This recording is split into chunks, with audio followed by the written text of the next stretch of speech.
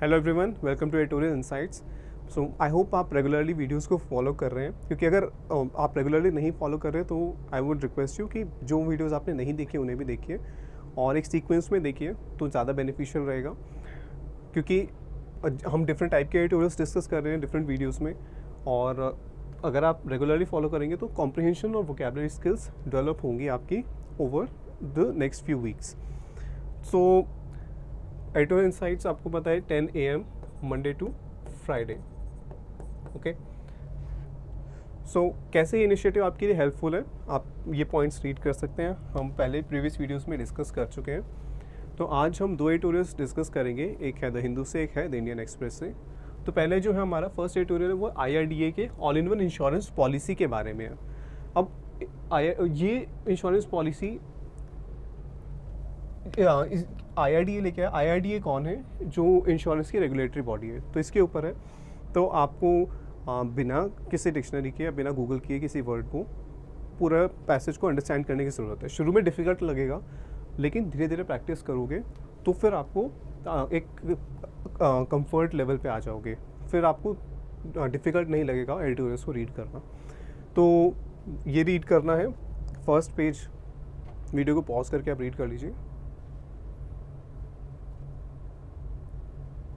Second,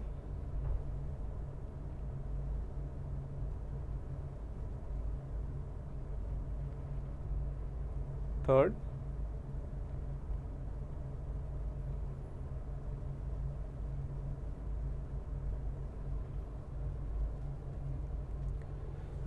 चलो तो इसको डिस्कस करते हैं। Last week, the chief of India's insurance sector regulator unveiled a fresh blueprint to cover a large portion of the population against risks of adverse shocks, with an eye on ensuring everyone by 2047. तो last week क्या हुआ? जो insurance sector regulator है उसके chief ने क्या कहा? उन्होंने अनवेल किया। अनवेल का मतलब क्या है? हम पहले भी डिस्कस कर चुके हैं ये 2-3 बार। अनवेल मतलब डिस्क्लोज, कोई चीज़ जो पहले हमें नहीं पता थी उसके बारे में बताना। तो उन्होंने क्या डिस्क्लोज किया? एक नया ब्लूप्रिंट, एक नया plan, fresh blueprint to cover a large portion of the population against the risk of adverse shocks, कि पॉपुलेशन के एक बड़े हिस्से को रिस्क के अगेंस्ट कवर करना। ठीक है, with an eye on insuring everyone. अब यहाँ पर INSURING लिखा है, इंश्योरिंग एंड इंश्योरिंग क्या फ़र्क होता है?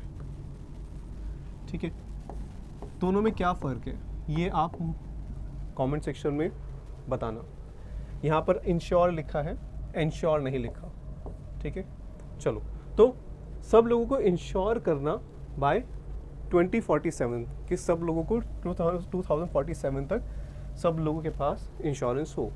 The linchpin of this UPI-like movement being pursued by the Insurance Regulatory and Development Authority of India to bridge the country's huge protection gaps is envisaged to be a simple all-in-one insurance policy. तो जो linchpin है, अब linchpin का क्या मतलब होता है?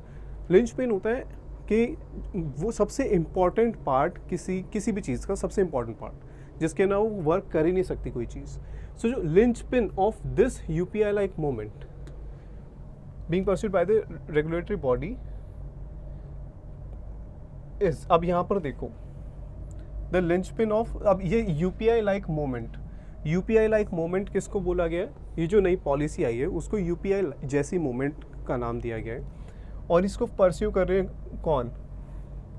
IRDA ये परस्यू कर रही है to bridge the country's huge protection gaps. यहाँ से यहाँ तक अगर आप रीड करो ऑफ यहाँ से, तो ये हमें उस पॉलिसी के बारे में ही बता रहे हैं कि वो पॉलिसी कौन परस्यू कर रहा है। परस्यू का मतलब क्या होता है कि उसको कौन एग्जीक्यूट करने की कोशिश कर रहा है। सो वैसे तो परस्यू का मतलब होता है फॉलो करना किसी को, पर यहाँ पर परस्यू का मतलब है कि इस पॉलिसी को कौन इम्प्लीमेंट करने की कोशिश कर रहा है।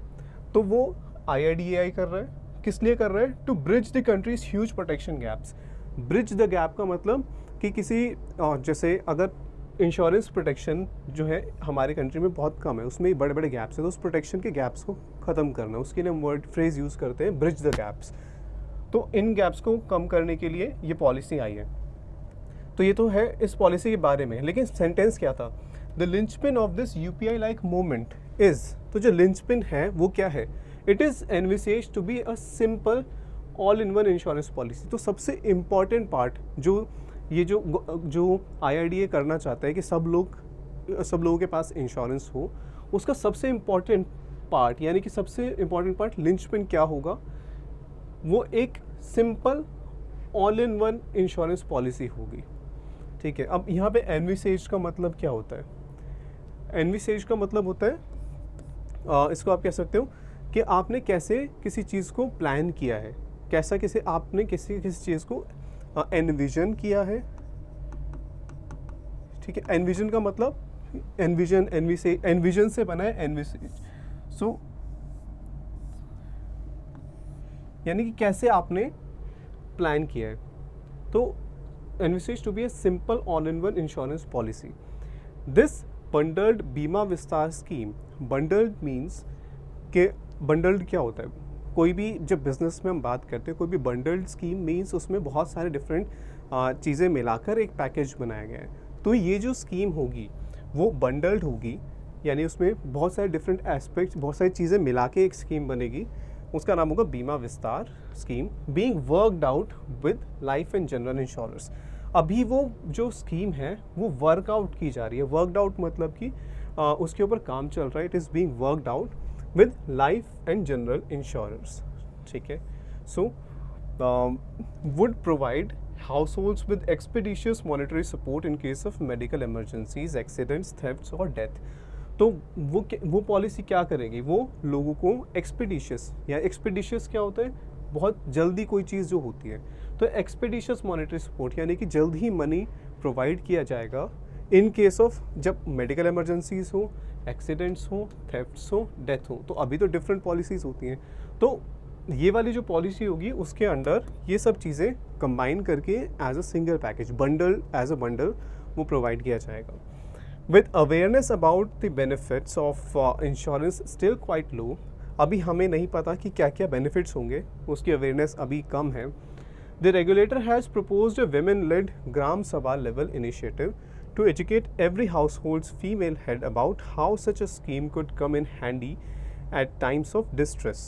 तो अब यहाँ पर क्योंकि अवेयरनेस कम है लोगों में इसके बारे में, लोग जागरूकता कम है, जानकारी लोगों को नहीं है, तो क्या किया गया है, जो रेगुलेटर है IRDA उन्होंने प्रपोज किया है। प्रपोज का मतलब कि कोई जब आप कोई नया कोई स्कीम लेकर आते हो तो आप प्रपोज करते हो, आप पुट फॉरवर्ड करते हो, यानी कि आप किसी के अप्रूवल के लिए सामने रखते हो। तो वो स्कीम उन्होंने बनाई है, that has proposed a women led gram sabha level initiative.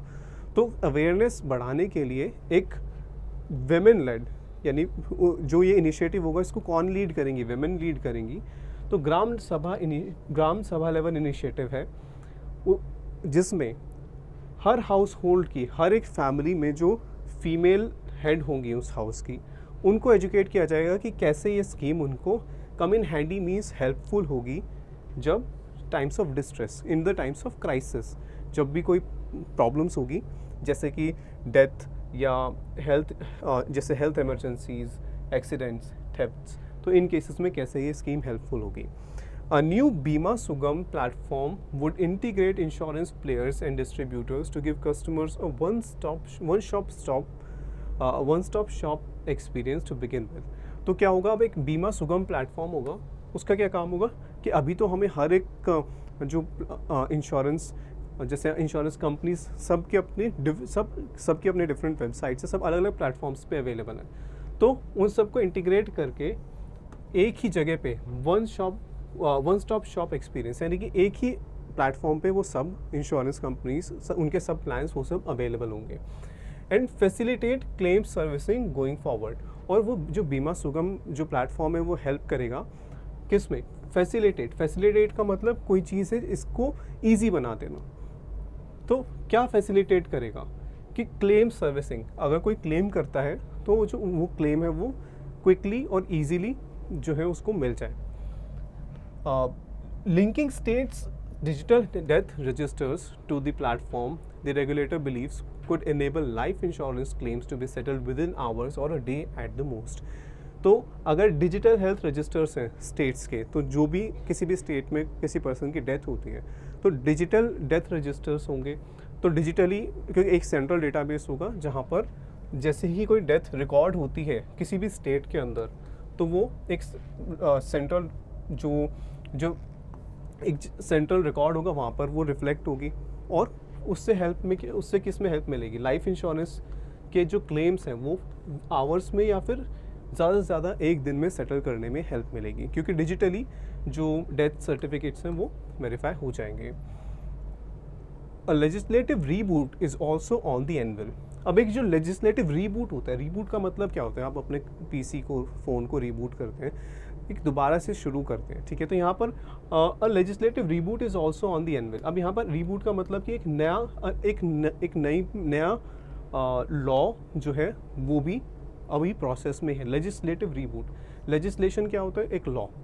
तो लेजिस्लेटिव रीबूट यानी कि दोबारा से नया लॉ बनाया जा रहा है। ऑन दी एनवल, एनवल क्या होता है, एनवल होता है कि जब कोई एक ब्लैक स्मिथ होता है तो जो कुछ भी वो बना रहा है तो वो क्या करता है, वो हैमर से एक प्लेटफॉर्म होता है उसका जिसको बोलते हैं एनवल, जिसके ऊपर वो हिट करता है और फिर वो कोई भी जो भी चीज़ें वो बना रहा है, टूल्स बना रहा है। तो वो ऑन द एनवल का मतलब क्या है कि अभी इन द प्रोसेस। तो वहाँ से है कि ऑन द एनवल मतलब अभी उस पर काम चल रहा है, it is in the process. तो एक नए लॉ पे भी काम चल रहा है। To ease capital requirement norms and allow a slew of new players. तो वो जो नया लॉ होगा वो क्या करेगा, ईज कर देगा, आसान कर देगा क्या, capital requirement norms, capital requirement के जो रूल्स हैं, ठीक है। कंपनीज, अलग अलग कंपनीज के कुछ कोई भी जो इंश्योरेंस कंपनीज होती हैं वो बिज़नेस एस्टैब्लिश करती है, तो उसमें अलग अलग रूल्स, अलग अलग टाइप के रूल्स होते हैं जो रेगुलेटर बताते हैं। तो उनमें से एक है कैपिटल रिक्वायरमेंट रूल्स नॉर्म्स। तो उनको ईजियर बना दिया जाएगा। And allow a slew of new players to enter the market. A slew of मतलब अ नंबर ऑफ, ठीक है।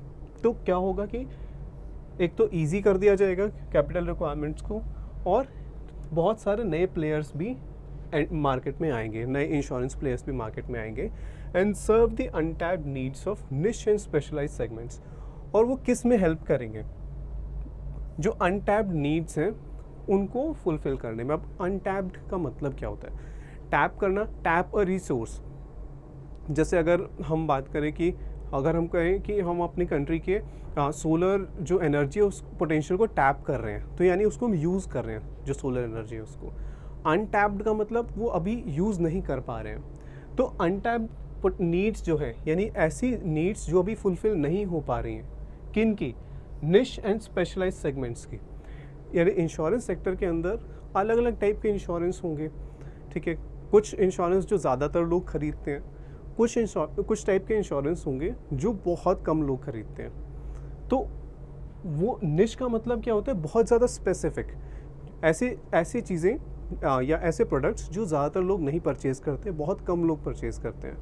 तो उनकी जो नीड्स हैं वो भी फुलफ़िल हो पाएंगी जब नए प्लेयर्स आएंगे। तो over 2 decades after the entry of private players into the once moribund public sector led industry, India's insurance penetration, the ratio of premium payments to GDP has risen. तो 2 decades हो गए जब से प्राइवेट प्लेयर्स इंडिया के insurance sector में आए। और once moribund public sector led industry, एक टाइम पे ऐसा था जब इंश्योरेंस सेक्टर जो था वो सिर्फ उसमें सिर्फ जो गवर्नमेंट की कंपनीज थी, पब्लिक सेक्टर कंपनीज ही हुआ करती थी। और यहाँ पर वर्ड यूज़ किया मोरिबंड। मोरिबंड मतलब कि जो डिक्लाइनिंग, यानी जो पब्लिक सेक्टर कंपनीज थी उस वक्त इंश्योरेंस सेक्टर में वो डिक्लाइन कर रही थी।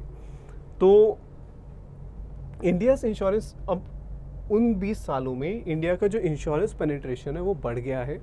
अब इंश्योरेंस पेनिट्रेशन का क्या मतलब होता है, ratio of premium payments to GDP, कि जीडीपी का कितना हिस्सा, कितने परसेंटेज जो है वो इंश्योरेंस प्रीमियम में लोग पे कर रहे हैं। तो वो बढ़ गया, यानी कि लोग जो है ज़्यादा इंश्योरेंस परचेज कर रहे हैं अब, फ्रॉम 2.7% इन 2001 टू 4.2% इन 21-22। तो वो बढ़ गया है। In fact, there has been a slide in the metric over the past decade from 5.2% in 2009-10 with non life policies yet to surpass the 1% mark. तो 2009-10 में तो ये नंबर और ज़्यादा था, 5.2% था, ज़्यादा लोग इंश्योरेंस खरीदते थे। अब पहले से थोड़ा कम हो गया है। तो पहले क्या था, 2001-2 में 4.2 था, यहाँ पर 2001-2 में 2.7% था, फिर 2009-10 में 5.2% हुआ, अभी 21-22 में 4.2% चल रहा है। तो अभी क्या है कि नॉन लाइफ पॉलिसीज यानी कि लाइफ इंश्योरेंस के अलावा जो इंश्योरेंस पॉलिसीज़ हैं वो अभी 1% से ज़्यादा नहीं हुए। येट टू सरपास मतलब येट टू क्रॉस, अभी भी जो नॉन लाइफ इंश्योरेंस पॉलिसीज़ हैं उन्होंने 1% का मार्क अभी भी क्रॉस नहीं किया है। Given the sheer size of India's population and poor financial literacy levels, the imperative to break from the status quo is unquestionable। तो क्या कहा जा रहा है कि जितना जो sheer size, sheer का मतलब ये एम्फेसिस के लिए यूज़ करते हैं, किसी बात पे जोर देने के लिए यूज़ करते हैं। यहाँ पर जो इंडिया की पॉपुलेशन के साइज़ है उसकी बात हो रही है, उस पर एम्फेसिस दिया जा रहा है। तो शेयर यहाँ पर कहेंगे कि एब्सोल्यूट, ठीक है, या फिर the absolute size of India's population, इतना बड़ा इंडिया की पॉपुलेशन का साइज़ है और जो लोगों में फाइनेंशियल लिटरेसी नहीं है, यानी कि फाइनेंशियल प्रोडक्ट्स के बारे में लोगों को नहीं पता, तो ऐसे केस में the imperative to break from the status quo is unquestionable. Imperative क्या होता है?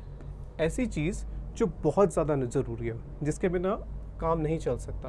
Absolutely necessary, something which is absolutely necessary, ठीक है। इम्पेरेटिव यानी कि बहुत ज़्यादा ज़रूरी चीज़। तो the imperative to break from का मतलब टू एंड द स्टेटस को, यहाँ पर एंड लिखते हैं। और स्टेटस को क्या होता है? स्टेटस को एक लैटिन फ्रेज़ है, ऑल इंग्लिश का फ्रेज़ नहीं है, लेकिन ये काफ़ी ज़्यादा यूज़ होता है, तो इसलिए हमें इसका मीनिंग पता होना चाहिए। स्टेटस को का मतलब है जो प्रेजेंट सिचुएशन है। तो अभी की जो सिचुएशन है उसको एंड करना ज़रूरी है, यानी इस कंडीशंस को, जो अभी ये कंडीशंस है, कौन सी कंडीशंस है कि जो पुअर फाइनेंशियल लिटरेसी है और जो इंश्योरेंस कवरेज है वो बहुत कम है, तो इसको चेंज करने की बहुत ज़्यादा ज़रूरत है। इट इज़ अनक्वेश्चनेबल यानी इसमें कोई डाउट ही नहीं है, इसमें कोई क्वेश्चन ही नहीं है।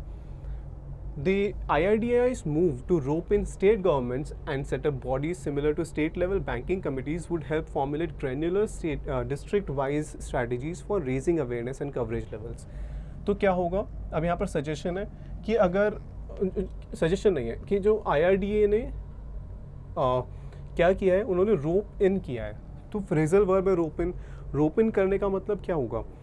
रोप इन होता है आप किसी को इंक्लूड करते हैं किसी काम के अंदर, ठीक है, परसुएड करते हैं किसी को कि वो इन्वॉल्व हो। तो IRDA ने क्या किया है? स्टेट गवर्नमेंट्स को परसुएड किया है कि वो भी इंक्लूड हो जाए इस इनिशिएटिव में और सेटअप करें। क्या सेटअप मतलब? एस्टैब्लिश करें bodies similar to state level banking committees. जैसे स्टेट लेवल बैंकिंग कमिटीज़ बनाई थी वैसे ही इंश्योरेंस से रिलेटेड भी कमिटीज़ बने। उससे क्या होगा? इट वुड हेल्प फॉर्मुलेट का मतलब होता है क्रिएट, बनाना। तो उससे क्या बनेगी? ग्रैन्युलर डिस्ट्रिक्ट वाइज स्ट्रैटेजीज तो बनेंगी, पर ये डिस्ट्रिक्ट वाइज स्ट्रैटेजीज तो बनेंगी, पर ये ग्रैन्युलर का मतलब क्या है? ग्रेन क्या होता है? ग्रेन जैसे सैंड होता है, तो सैंड, ग्रेन्स ऑफ सैंड हम कहते हैं, सैंड के बहुत छोटे छोटे पार्टिकल्स होते हैं। तो ग्रैन्युलर का मतलब कि बहुत स्मॉल डिटेल्स जिसके अंदर हो, बहुत सारी डिटेल्स हो, तो ऐसी स्ट्रैटेजीज बनेंगी, डिटेल्ड स्ट्रैटेजीज बनेंगी। यहाँ पर ग्रैन्युलर का मीनिंग है detailed. Okay, so detail strategies बनेंगी for raising awareness and coverage levels.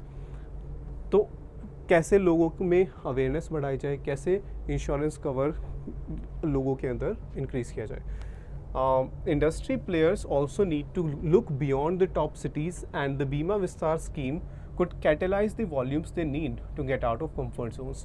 अब यहाँ पर एक सजेशन है कि जो इंडस्ट्री प्लेयर्स यानी कि जो इंश्योरेंस कंपनीज हैं उन्हें भी ज़रूरत है कि वो टॉप सिटीज़ से आगे देखें, ठीक है, और जो बीमा विस्तार नाम से जो स्कीम है वो हेल्प हो सकता है कि उन्हें कैटलाइज करें। कैटलाइज द वॉल्यूम्स, कैटलाइज का मतलब कोई चीज़ को, किसी चीज़ की प्रोसेस की स्पीड बढ़ा देना, तो हो सकता है कि जो ये बीमा विस्तार स्कीम जब इम्प्लीमेंट होगी तो जो जो नंबर्स उन्हें चाहिए जो टॉप सिटीज़ के बाहर की, टॉप सिटीज़ में ज़्यादातर लोग इंश्योरेंस खरीदते हैं, उसके बाहर लोग इंश्योरेंस इतना नहीं खरीदते। तो जब बीमा विस्तार स्कीम इम्प्लीमेंट होगी तो टॉप सिटीज़ के बाहर भी लोग ज़्यादा इंश्योरेंस खरीदना स्टार्ट करेंगे। तो ज़्यादा जब वॉल्यूम होगी, कैटेलाइज मतलब ज़्यादा तेज़ी से जब नंबर ऑफ इंश्योरेंस, वॉल्यूम का मतलब क्या है यहाँ पे, जो लोग इंश्योरेंस खरीदेंगे जब वो इंक्रीज़ होगा तो ये कंपनीज भी अपने कंफर्ट जोन से थोड़ा बाहर आएंगी। Most of all this centre needs to rethink the 18% GST levy on health. Levy हम कई बार कवर कर चुके हैं। लेवी का मतलब क्या होता है, टैक्स। तो जो जो सेंट्रल गवर्नमेंट है उसे दोबारा रीथिंक करने की ज़रूरत है, दोबारा सोचने की ज़रूरत है। जो 18% GST लगता है हेल्थ और लाइफ इंश्योरेंस पे। अच्छा, यहाँ पे प्रीमिया यूज़ हुआ है। प्रीमियम सिंगुलर है, प्रीमिया प्लूरल है, ठीक है। तो हेल्थ इंश्योरेंस प्रीमियम और लाइफ इंश्योरेंस प्रीमियम, तो दोनों के लिए हमने प्लूरल नाउन यूज़ किया, प्रीमिया। तो notion that those who can afford to buy health cover can afford to pay so much tax is untenable. कि ये आइडिया, नोशन क्या होता है, कोई आइडिया, कोई बिलीफ कि जिसमें माना जाए, यानी यहाँ पर कहा जा रहा है कि जो idea that those who can afford to buy health cover, ये मानना कि जो लोग हेल्थ इंश्योरेंस खरीद सकते हैं, अफोर्ड कर सकते हैं, वो इतना ज़्यादा टैक्स भी अफोर्ड कर सकते हैं देना, ये मानना ठीक नहीं है। अनटेनेबल, अनटेनेबल मतलब कि जिस चीज़ को आप डिफेंड नहीं कर सकते, यानी कि यानी ये जो इतना ज़्यादा टैक्स जो लगाया जाता है हेल्थ और इंश्योरेंस कवर पे, वो अनटेनेबल है, वो इनडिफेंसिबल है, आप उसको डिफेंड नहीं कर सकते। In a country where one health calamity can push household below the poverty line, कि जहाँ पर एक हेल्थ इमरजेंसी होती है और जो फैमिलीज़ हैं वो पॉवर्टी लाइन के नीचे चली जाती हैं, उस केस में इतना ज़्यादा टैक्स लेवी करना ठीक नहीं है। Ensuring continuity of leadership at IRDAI is equally critical. Critical क्या होता है, वेरी इंपॉर्टेंट। तो दूसरी चीज़ क्या बहुत ज़्यादा ज़रूरी है कि जो IRDAI की जो लीडरशिप है उसमें कॉन्टीन्यूटी रहे। ऐसा क्यों कहा है? Situation such as the 9-month vacuum at the helm before the current chairperson tenure are simply unacceptable. क्योंकि अभी एक सिचुएशन की बात की गई है जिसमें 9-month वैक्यूम था, 9 महीने से IRDAI के जो चेयरमैन की पोजीशन पे कोई नहीं था, वैक्यूम था। वैक्यूम मतलब there was no one in that position. At the helm का मतलब क्या होता है, लीडरशिप, ठीक है। तो एट द हेम, जब हम कहते हैं कि ही इज़ एट द हेम, मतलब कि वो पर्सन उस ऑर्गेनाइजेशन को लीड कर रहा है, हाईएस्ट पोजीशन पे है। तो अभी जो करंट चेयरपर्सन है उनसे पहले 9 मंथ का गैप था। अच्छा, टेन्योर क्या होता है? टेन्योर होता है कि कितने टाइम के लिए कोई किसी ऑफिस को ऑक्यूपाई करता है। अगर कोई पर्सन जैसे 2 इयर्स के लिए उस ऑफिस में रह सकता है, जैसे IRDAI के जो चीफ हैं 2 इयर्स या 3 इयर्स, जितने भी ईयर्स के लिए रह सकते हैं, तो जितने टाइम के लिए वो उस पोजीशन पे हैं उनको उसको कहा जाएगा tenure. Alright, so they are simply unacceptable. तो इस तरह के केसेस जहाँ पर IRDAI के जो लीडरशिप है या उनके जो हाईएस्ट पोजीशन पे जो वैक्यूम है कि कोई वहाँ उस पोजीशन पर नहीं है, ये अनएक्सेप्टेबल है। ओके, सो हमने ये देखा, एक तो पैसेज की बिगिनिंग में स्कीम के बारे में बताया, इंडिया में क्या सिचुएशन है वो बताया कि कितने लोग, कितने % लोग जो हैं वो पहले इंश्योरेंस लेते थे, पहले जो है कम इंश्योरेंस लेते थे, उसके बाद धीरे धीरे इंश्योरेंस कवरेज थोड़ा इंक्रीज़ हुआ। पहले सिर्फ 2.7% था, अब वो 4.2% हुआ है। तो वहाँ पर और सजेशंस में कि कैसे ये स्कीम जो है वो हेल्प करेगी क्विकली इंश्योरेंस क्लेम्स को सेटल करने में। उसके बाद फिर सजेशंस हैं कि अगर इंडिया में जैसे इंश्योरेंस कवरेज कम है और जो फाइनेंशियल लिटरेसी है वो भी कम है, तो ऐसे केसेस के अंदर ज़रूरी है कि हम स्टेटस को चेंज करें, जो अभी करंट सिचुएशन है उसको चेंज करें।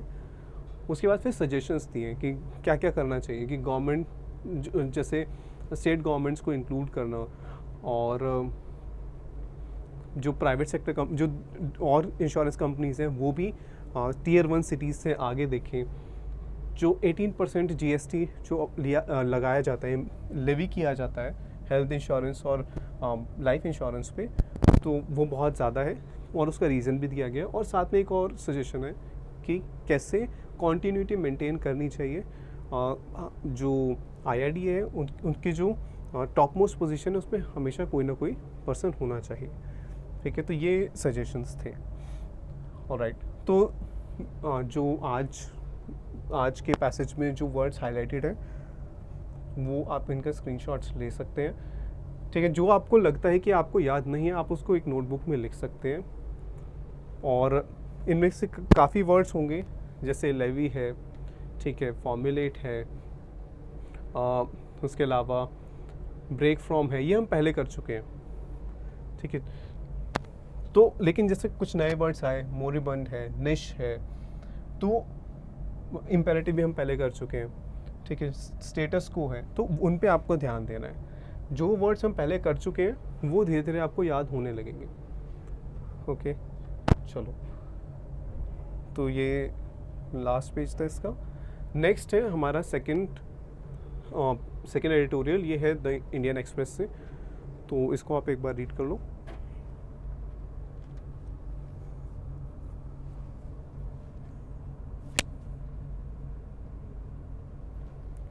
नेक्स्ट,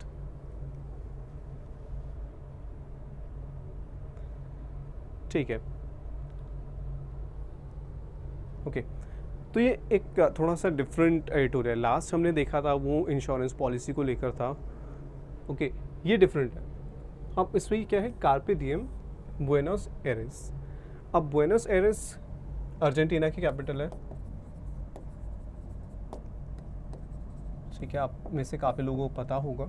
तो अर्जेंटीना, इसका बैकग्राउंड क्या है कि अर्जेंटीना अभी एक इकोनॉमिक क्राइसिस जो है वो चल रहा है अर्जेंटीना में। हाई इन्फ्लेशन है और इकोनॉमी जो है वो डिक्लाइन कर रही है। तो उसके कॉन्टेक्स्ट में चलो तो देखते हैं। The words "let them eat cake" are finding a new spin in Buenos Aires, the Argentinian capital, one of the most cosmopolitan cities in the world. तो अब यहाँ पर "let them eat cake" ये कोट्स में है। तो ये जो वर्ड्स हैं are finding a new spin. A new spin मतलब एक डिफरेंट ही मीनिंग मिल रहा है यहाँ पे। ठीक है, और डिफरेंट मीनिंग, डिफरेंट मीनिंग या न्यू मीनिंग भी कह सकते हैं। इन वर्ड्स को एक नया ही मीनिंग मिल गया। कहाँ पे? बुएनोस एयरेस में, जो कि है अर्जेंटीना की capital, one of the most cosmopolitan cities. Cosmopolitan जब हम कहते हैं किसी चीज़ को, जनरली हम सिटी या कंट्रीज़ के लिए या सोसाइटीज़ के लिए यूज़ करते हैं, तो कॉस्मोपॉलिटन होता है या किसी पर्सन के लिए भी हम यूज़ कर सकते हैं, पर्सन के लिए नहीं, ठीक है, सिटीज़ के लिए, कम्युनिटीज़ के लिए। तो कॉस्मोपॉलिटन होता है जहाँ पर बहुत डिफरेंट कल्चर के लोग एक साथ रहते हैं, मिलजुल के रहते हैं। तो ये वर्ल्ड के सबसे ज़्यादा कॉस्मोपॉलिटन सिटीज़ में से एक है। Is seeing a restaurant boom. अब यहाँ पर इज़ किसके लिए यूज़ हुआ है? द अर्जेंटीनियन कैपिटल के लिए। ठीक है, तो कैपिटल के बाद यहाँ पर हमें जो ये फ्रेज़ है, ये उस कैपिटल के बारे में एडिशनल इन्फॉर्मेशन दे रहे हैं। और यहाँ पर फिर वो सेंटेंस कंटिन्यू हो रहा है कि the capital is seeing a restaurant boom. तो जो अर्जेंटीना की कैपिटल है वहाँ पर एक रेस्टोरेंट बूम है। बूम का मतलब क्या है? हाई ग्रोथ, बहुत ज़्यादा ग्रोथ हो रही है रेस्टोरेंट बिजनेस में। क्यों? Thanks to historic inflation. Historic inflation की वजह से बूम हो रहा है। अब ये कैसे हो सकता है? इन्फ्लेशन में यानी महंगाई हो रही है और महंगाई बढ़ रही है, लेकिन वहाँ पर रेस्टोरेंट बिजनेस भी तेज़ी से बढ़ रहा है। तो ये कैसे? ये तो इंटरेस्टिंग है, क्योंकि महंगाई होती है तो लोग खर्चा नहीं करते, they try to save their money. लेकिन यहाँ पर रेस्टोरेंट बिजनेस बूम कर रहा है, विच हैज़ गॉन ओवर 100%। जो इन्फ्लेशन है वो 100% से ज़्यादा बढ़ चुकी है। एंड क्रैशिंग पेसो क्या है? वहाँ की करेंसी। तो जो करेंसी है वो क्रैश कर चुकी है। क्रैश यानी कि बहुत ज़्यादा नीचे चली गई है, डिक्लाइन कर चुकी है, डिक्लाइन हो गई है। तो ऐसे केस में वहाँ पर रेस्टोरेंट बिजनेस कैसे बूम हो रहा है ये देखते हैं। अच्छा, यहाँ पर ये जो वर्ड्स दिए, लेट देम ईट केक, तो ये एक फ्रांस में एक क्वीन थी, तो जब उन्हें कहा गया कि पेजेंट्स के पास या जो कॉमन पीपल है उनके पास खाने के लिए ब्रेड नहीं है, तो उन्होंने कहा था लेट देम ईट केक, कि ब्रेड नहीं है तो कोई नहीं, वो केक खा लेंगे। तो ये वो एक डिफरेंट कॉन्टेक्स्ट में ये स्टेटमेंट थी, जहाँ पे एक वो डिटैचमेंट शो करता है कि जो क्वीन है और जो कॉमन पीपल है उनके बीच में कितना डिटैचमेंट था, कि क्वीन उनके प्रॉब्लम्स को नहीं समझ पा रही थी। लेकिन अगर हम सिर्फ इन वर्ड्स को देखें, लेट देम ईट केक, तो इसको एक नया ही मीनिंग मिल गया है अर्जेंटीना में। कैसे मिला वो देखते हैं। व्हाट पोर्टेनोस, पोर्टेनोस कौन है? Residents of Buenos Aires. तो बुएनोस एयरेस के लोगों को कहा जाता है porteños. They are saying apparently is that if their money is to have no value tomorrow or the day after, why not spend it on something enjoyable today? वहाँ के लोग कह रहे हैं कि अगर हमारी मनी अब कल या आने वाले दिनों में अगर उसकी कोई वैल्यू ही नहीं रहेगी, तो क्यों ना हम आज ही उसको स्पेंड कर दें। ठीक है, तो वो कह रहे हैं कि अगर कल या उसके बाद कोई वैल्यू नहीं होगी, तो why not spend it on something enjoyable, आज कुछ इन्जॉयबल कोई चीज़ पे उसको स्पेंड कर देते हैं। That if they can no longer afford to buy a car or go on a vacation, why not splurge on a good meal in one of Buenos Aires top-notch restaurants? अगर वो car नहीं खरीद सकते, vacation पे नहीं जा सकते, तो क्या हुआ? जो मनी है वो खर्च करना चाहिए उन्हें किस पे? एक अच्छा मील ही मिल जाए एक अच्छे रेस्टोरेंट में, टॉप नॉच, जो सबसे एक्सपेंसिव, सबसे ज़्यादा लग्जूरियस रेस्टोरेंट्स हैं वहाँ पर। तो स्प्लर्ज का मतलब क्या होता है? स्प्लर्ज होता है आप अपनी जो रिक्वायरमेंट है उससे बहुत ज़्यादा पैसा खर्च करते हो। ठीक है, बहुत ज़्यादा खर्च करना पैसे को, तो उसको हम कहते हैं स्प्लर्ज। तो लोग ये मान रहे हैं कि अगर आज इन्फ्लेशन इतनी ज़्यादा है कि कल या उस आने वाले दिनों में अगर उस पैसे की कोई वैल्यू नहीं रहेगी, तो वो उसको खर्च कर रहे हैं अभी। और वो किन चीज़ों पे खर्च कर रहे हैं? वो खर्च कर रहे हैं रेस्टोरेंट्स पे। This consumer sentiment has led to a sharp upswing in the fortunes of the city's restaurants. अब ये कंज्यूमर सेंटिमेंट, कंज्यूमर्स का जो ये सेंटिमेंट है, सेंटिमेंट क्या होता है? व्यू, आइडिया या बिलीफ। जो कंज्यूमर्स ये अगर ये मानने लगे हैं, तो उससे क्या हुआ है कि रेस्टोरेंट बिजनेस जो है वो बहुत तेज़ी से बढ़ रहा है। तो शार्प अपस्विंग, अपस्विंग क्या होता है? राइज। तो एक बहुत तेज़ी से ग्रोथ हुई है किस पे? जो सिटी के रेस्टोरेंट बिजनेस में। अच्छा, फॉर्चून किसके लिए हम यूज़ करते हैं?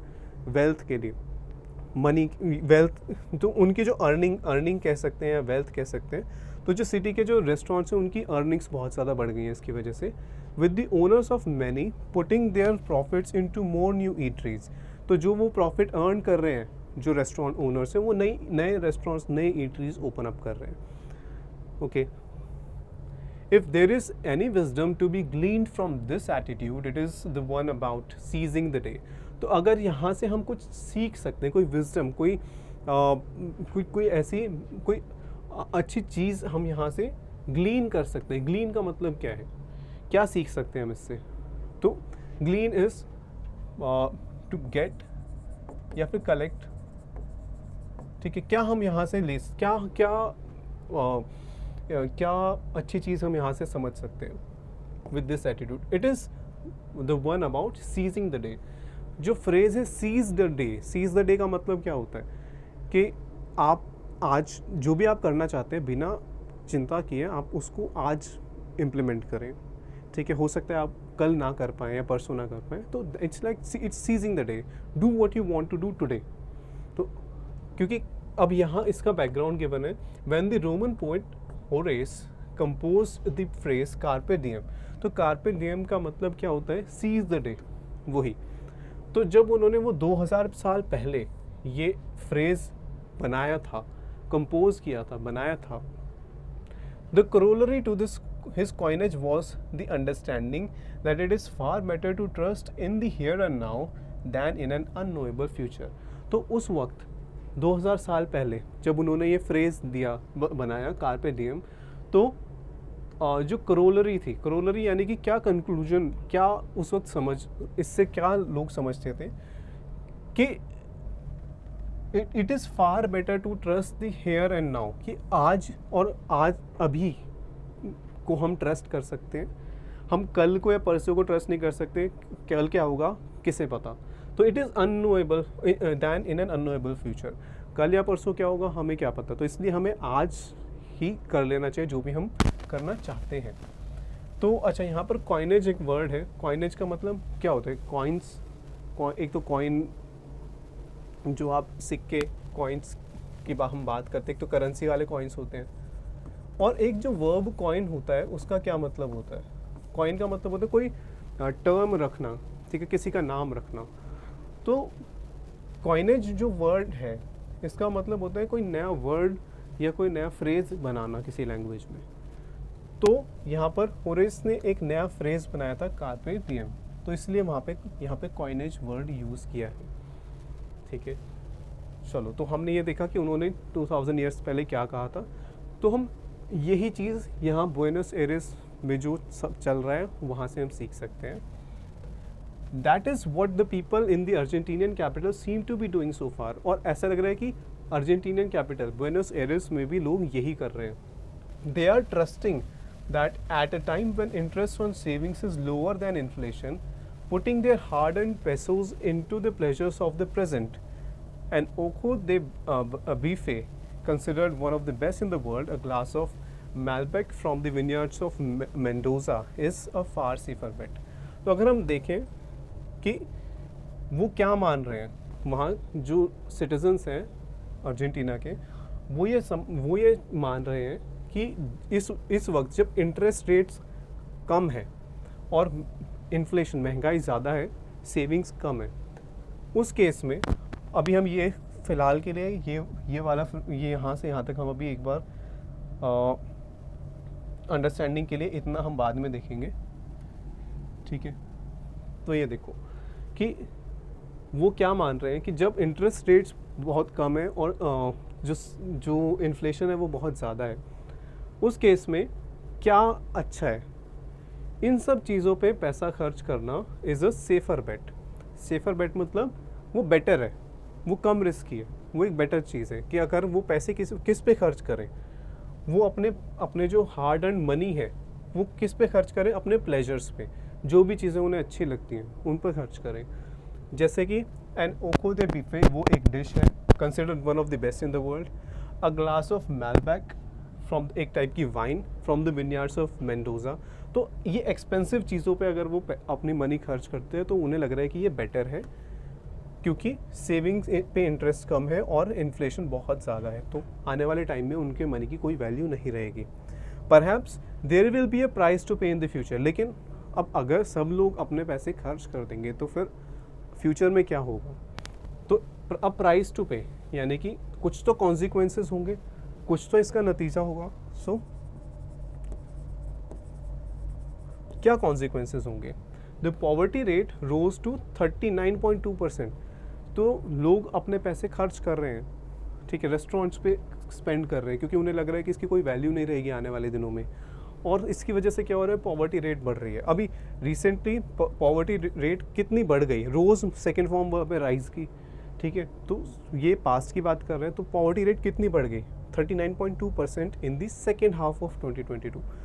तो इतनी ज़्यादा पॉवर्टी रेट हो गई। बट अनटिल देन, लेकिन जो भी कॉन्सिक्वेंसेस आएंगे तब तक, एज दे से इन अर्जेंटीना, कि अभी तक तो कोई कॉन्सिक्वेंसेस अभी नहीं आए हैं, इसको ऐसे ही तो समझेंगे। देखो, perhaps there will be a price to pay in the future, but until then, लेकिन जब तक वो मोमेंट आता है तब तक, एज दे से इन अर्जेंटीना, बुएन प्रोवाचो।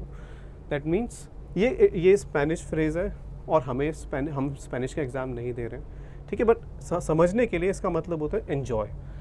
तो जब तक कि वो कॉन्सिक्वेंसेस पे नहीं करने पड़ रहे हैं तब तक के लिए दे आर एन्जॉइंग इट। क्या कॉन्सिक्वेंसेस पे करने पड़ सकते हैं उसके बारे में इंफॉर्मेशन गिवन है यहाँ इस हाइफन से इस हाइफन तक के इस डैश से इस डैश तक कि सेकेंड हाफ ऑफ 2022 में पॉवर्टी रेट बहुत ज़्यादा बढ़ गई थी। तो आगे जाके और ज़्यादा सीरियस कॉन्सिक्वेंसेस हो सकते हैं। ओके, तो हमने ये एक डिफरेंट टाइप का एक एडिटोरियल देखा और देखा कि अर्जेंटीना में क्या चल रहा है। तो यहाँ पे कुछ वर्ड्स जो हमने पहली बार देखे, जैसे कि हमने स्प्लर्ज डिस्कस नहीं किया था अभी तक, ठीक है, स्प्लर्ज है, ग्लीन है, कोरोलरी, कॉइनेज, ठीक है। लेकिन ये जो वर्ड्स हैं जैसे रोज़ है, सीज है, अपस्विंग है, ये बूम है, तो ये सब वर्ड्स, इस टाइप के वर्ड्स हम डिस्कस कर चुके हैं। ऑलराइट, तो यही है कि बार बार वर्ड्स रिपीट होंगे और हमें फिर वो धीरे धीरे याद होते जाएंगे। सो अगर ये इनिशिएटिव आपको हेल्प कर रहा है या अगर आपको कोई और सजेशन भी है तो कमेंट सेक्शन में ज़रूर बताएं और रेगुलरली फॉलो करते रहिए। I hope you like the video. Thank you.